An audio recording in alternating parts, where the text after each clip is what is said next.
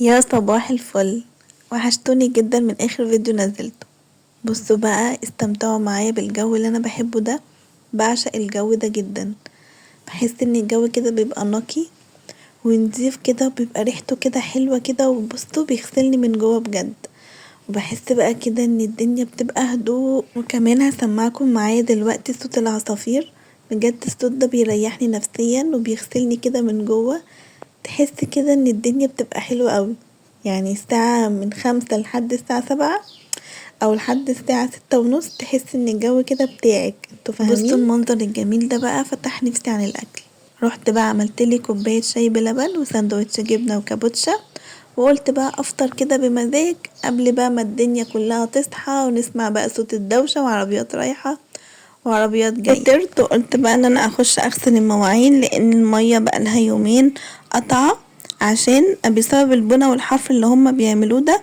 فكل يوم والتاني المية بتتقطع، فكان عندي كمية مواعين كويسة يعني، فقلت ان انا اغسلها معاكم. المهم بقى ان أنا النهاردة رايحة لماما هقضي معاها اليوم، واحتمال ابات وامشي تاني يوم يعني. انا عايزه اقول لكم ان انا ببقى حاسه باحساس مختلف كده وانا رايحه عند ماما، وخاصه لما ابات واقعد بقى في اوضتي وافتكر بقى الذكريات واشوف حاجتي بقى القديمه اللي قبل ما اتجوز. وانا كل حاجاتي موجوده عند ماما، يعني ذكرياتي وكل حاجتي موجوده عند ماما بصراحه. فببقى مبسوطه كده وبحس باحساس مختلف وانا رايحه يعني بيتها، يعني بيت مامتي وكده يعني. مش عارفه انتوا زيي ولا لا، يعني بيبقى احساس مختلف. المهم بقى هنا خلاص انا لبست ونزلت وخدت شاور يعني، ولبست ونزلت وكده. هاخدكم معايا بقى، هي ساكنة قريب مني يعني، هي مش بعيدة. بركب لها مواصلة. عايزة اقول بس لكل بنت وكل بنوتة قمر كده لسه قاعدة في بيت اهلها، استمتعي بجد بكل لحظة وانت قاعدة عند اهلك. انت مهما الضغط ومهما مامتك تقولك مثلا تعالي ساعديني اعملي سوي روحي تعالي، انت بجد في بيت اهلك متدلعة وبرنسيسة.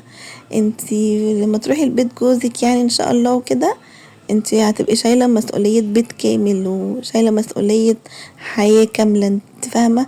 يعني ما تفتكريش ما تعمليش زينا. بصراحة كنت عايزة اتجوز بقى عشان اعيش حياتي، عشان اخرج واتفسح واروح واجي والبس بقى لبس الجديد وبقى قاعدة براحتي والكلام اللي انتوا فاهمينه، والكلام البنات اللهبل اللي انتوا فاهمينه ده. بس الحقيقة مختلفة تماما، الحقيقة مرة زي ما بيقولوا.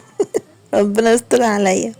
مش معنى ان انا بقولك الكلام ده يبقى انا بقولك انك ما تتجوزيش، لا انا جايالك بجد من المستقبل وبقولك لاني تفكيري قبل ما اتجوز وكده ان انا عايزه اتجوز بقى عشان اعيش حياتي والكلام ده. بس ما تفتكريش ان انت بعد ما تتجوزي هتعيشي حياتك وتخرجي وتيجي وتلبسي والدنيا هتبقى فيها حرية عن بيت اهلك. بالعكس انت في بيت اهلك بتبقي متدلعة بجد، مهما كانت حياتك فيها ايه انت بتبقي متدلعة وبتبقي عايشة كده برنسيسة مع نفسك. المهم يعني نهاية كلامي ان الموضوع ده مش هيخلص، لان يعني كلام هيطول ما بينا. المهم استمتعي بكل لحظة في حياتك عامة. المهم بقى انا وصلت عند ماما و اتغدينا بامية وبطة وكده. بجد الاكل كان طعمه حلو قوي، تسلم ايدك. انا كان بقالي كتير ما اكلتش باميه وانا بحب الباميه جدا. ولقيت توت، رحت جايبه بقى التوت، قلنا ناكله كده مع بعض. وكمان دخلنا تحدي انا وماما، حبينا نعمل فطير بسكر. هسيبكم بقى مع المقطع. بجد الكواليس اصلا كانت تحفه، بس ما نزلتها لكمش بصراحه. بس اليوم كان حلو قوي. اسمكوا اني احسن؟ بتاعتي طبعا، مكعوره بتاعتي طبعا. بصوا الحلاوه، بصوا الجمال. ودي بتاعت ماما. ايه ده؟ ايه النظام ده؟ ايه ده؟ ماشي. بصوا دي العجينه بتاعتي، انا داخله تحدي انا وماما. ماشي، دي العجينه بتاعتي، احنا بنعمل فطير بسكر. بصوا يا بنات دي العجينه بتاعتي. ماشي يعني. بصوا ماما بتعمل الحاجات دي. تحط بقى سمنه،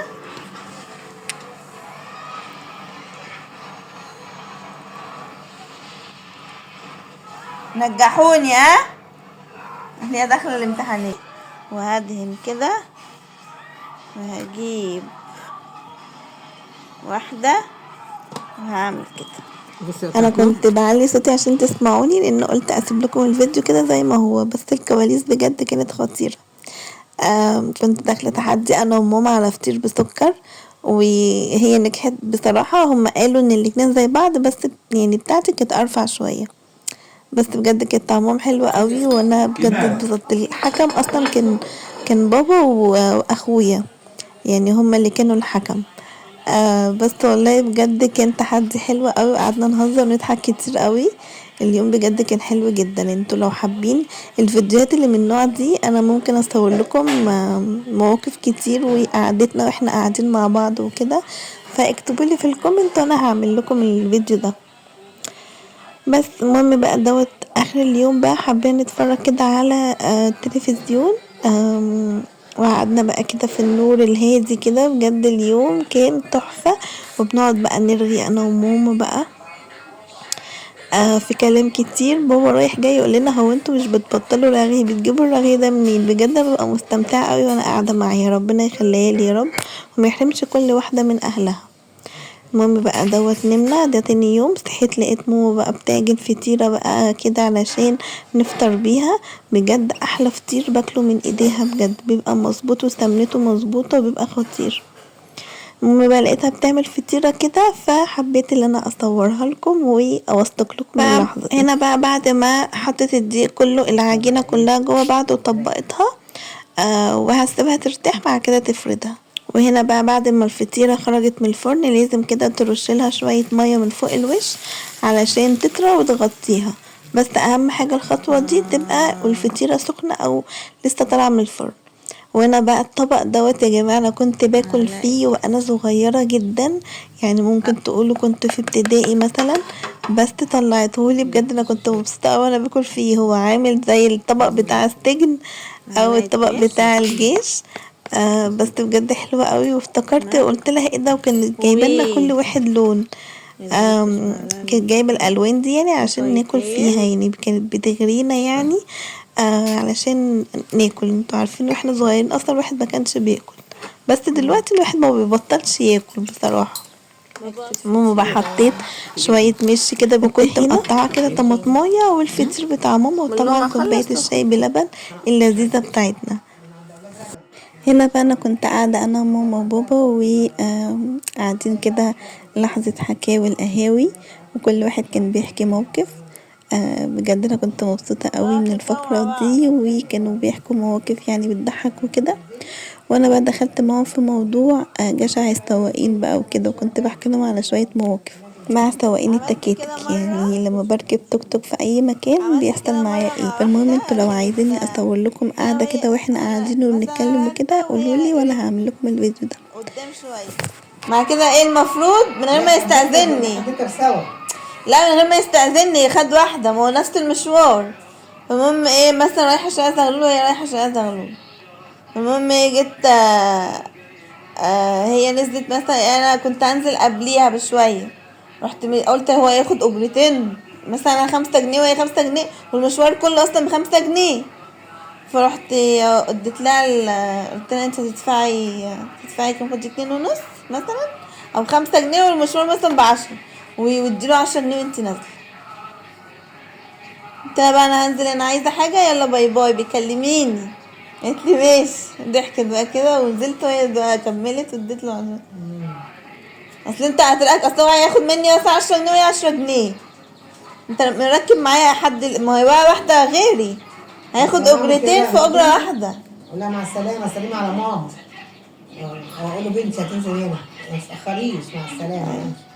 وانا اللي ادفع لها، انا لو عايزة اعمل جميل في البيت، وهو ما خسش حاجة.